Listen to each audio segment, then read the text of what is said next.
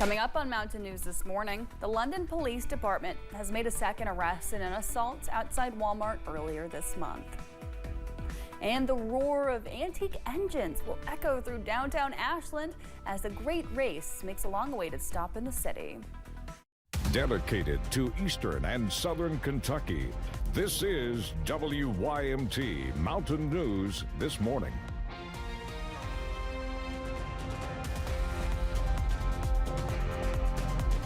Good morning. I'm Amelia Lee. Today is June 26th. It's Thursday, and the time is 6:29. Megan, we've been talking about how hot it has been these past few days, and I know we're all ready for some break from that weather, but you're not giving that to us today. No, I'm not. Now, it is a little bit cooler. There's the good news, but a little bit cooler than very hot is still hot. And in other news, in terms of those temperatures this morning, we are warmer than how hot it is in Los Angeles. Hazard is at 70 degrees. Los Angeles right now is at 63 degrees. And here's a look at a closer view of our region, seeing 76 as we travel towards Monticello this morning. Now, this afternoon, again, not as hot as yesterday, but still hot. Low to mid 90s is what you can expect. Those feels like temperatures will still be close to the triple digits. Here's a look at satellite and radar this morning.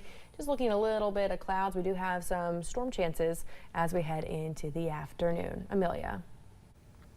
25-year-old Vincent Fleming was in court in Lecher County Wednesday morning for a pretrial conference. He's accused of killing 23-year-old Renata Bailey in November of last year. I spoke to Renata's family in court yesterday. Fleming walked into the courtroom with handcuffs on. Renata's family in the gallery with shirts saying, "Justice for Renata." He took our world.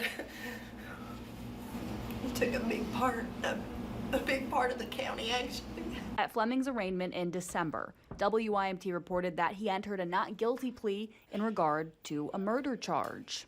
He was indicted in November of 2024 for something that happened in November of 2024, so we moved very fast. Commonwealth attorney Matt Butler says the pretrial conference is used to set either another pretrial conference or a trial date. He says right now they're still waiting for evidence to come in for this case. In every case, we're sympathetic to the victims' families. We want to do everything we can to move things forward, but we also are very intent on having fair trials, one that we don't have to do twice because we rushed and skipped something.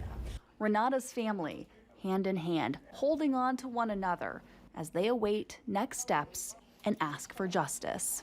We miss her and we love her, and we're not going to quit. We're going to go as far as it takes it. We're going to go. Gotta have patience. The trial date for Fleming is now set for January 5th at 9 in the morning at the Lecher County Courthouse. Butler says this was the second pretrial conference. During the first, he says the public defender's office asked to switch attorneys. In Lawrence County, police are asking for help finding an SUV they say was stolen. There's a picture of it on your screen right now. Deputies with the sheriff's office say this Toyota RAV4 was taken yesterday morning from a home on 3rd Street in Louisa. They say the license plate is from Kentucky with the number 656 LVD. Deputies say if you know anything, you can contact them at 606-638-4368. In Lewis County, a man charged in a child's death while riding an ATV was arraigned. Adam Thacker entered a not guilty plea to 3 charges, including vehicular homicide while driving under the influence. KSP says the crash happened last weekend in Vanceburg. Troopers say the ATV overturned while Thacker was rounding a curve. A child riding with him was taken to the hospital where they died from their injuries. Thacker's preliminary hearing is scheduled for July 1st. The London Police Department has made a second arrest in an assault outside Walmart earlier this month. Officials say they didn't learn about the incident until video of it started circulating online. The first arrest involved a minor who was charged with strangulation and assault. The second suspect, 19-year-old Dennis Johnson III, was taken into custody on June 23rd and faces a 4th-degree assault charge. We want everybody's safety to be something that they don't even have to worry about. That's our main concern. So we have stepped up our extra patrols in this area to make sure that that these types of incidents aren't occurring. But we highly encourage everybody to call 911 if you see this. Police say the investigation remains open and that more charges could be filed if new information comes to light. Transportation cabinet officials say an electric vehicle fast charging station is now open at an Eastern Kentucky convenience store. Folks who have those electric vehicles can go to the Apple Market in Hazard to charge those cars. The site is located at 1079 Morton Boulevard and has 2 units capable of charging 4 vehicles. This site was approved last year and was awarded nearly $584,000 through the state's EV charging program. Well, it's not just the temps outside that are rising. Electric bills are too. Air conditioners, they're working overtime, and that has Kentucky Utilities asking customers to help conserve energy any way that you can. There are several ways to cool down your home that are completely free of charge. Debbie Panel of Appalachian Power shares some tips and tricks to keep the temps inside your home and even your bills low. We recommend that you cover your windows during the day to keep the sunlight out of the house, keep it from warming up your home. Also, any of your heat-producing appliances like your ovens, your dishwashers, clothes dryers, avoid using them midday. Other small tips involve circulating fans throughout your home, cracking windows when possible, and turning off devices when they're not in use. She also says it's important to get your HVAC system checked at least once a year and replace those filters regularly so it can work efficiently. More than $1.1 million is being awarded to a medical clinic in Lee County, Virginia. St. Charles Health Council Incorporated is receiving that funding. The money will go towards supporting the organization's Black Lung Clinic program.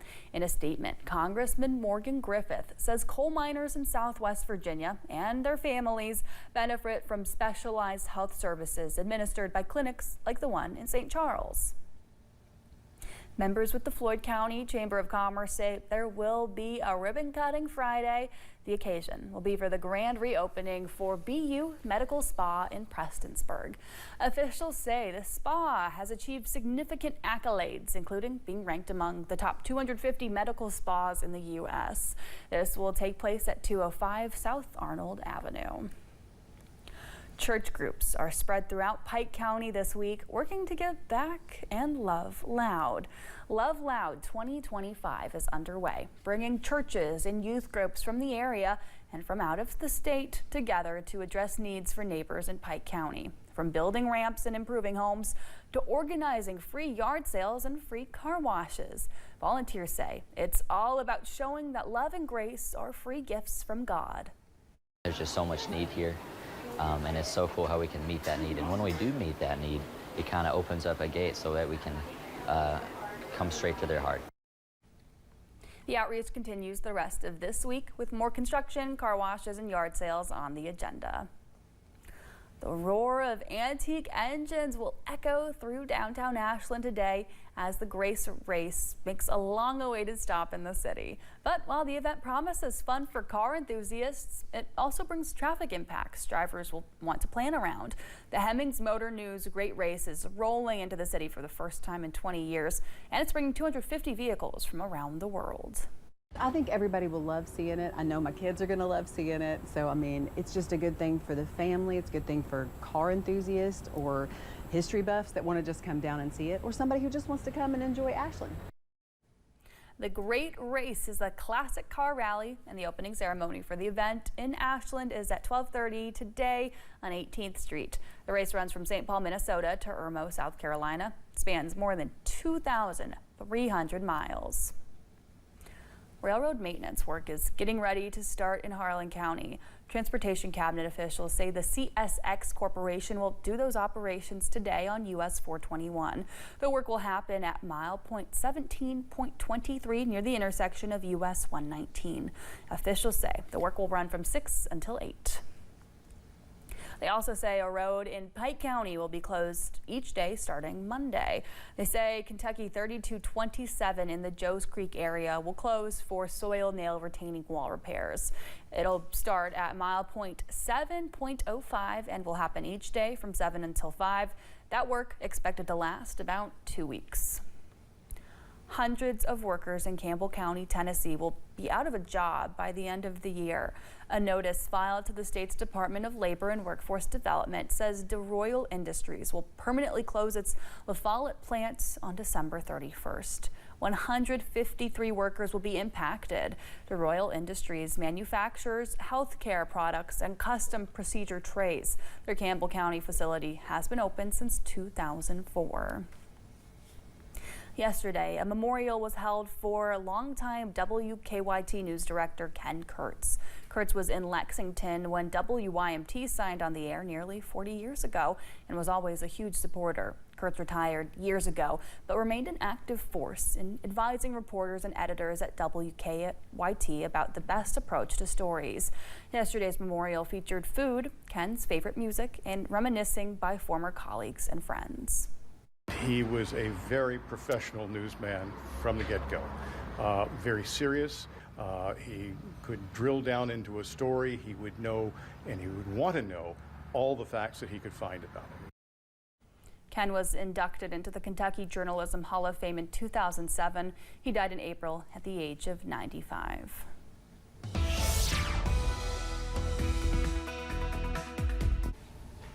As you're heading out the door this morning, we do have a little bit of fog, especially for our southwestern counties, so just be a little bit careful if you are encountering any of those patches of low visibility. Now, we do have some clouds in the area, but we are staying nice and dry.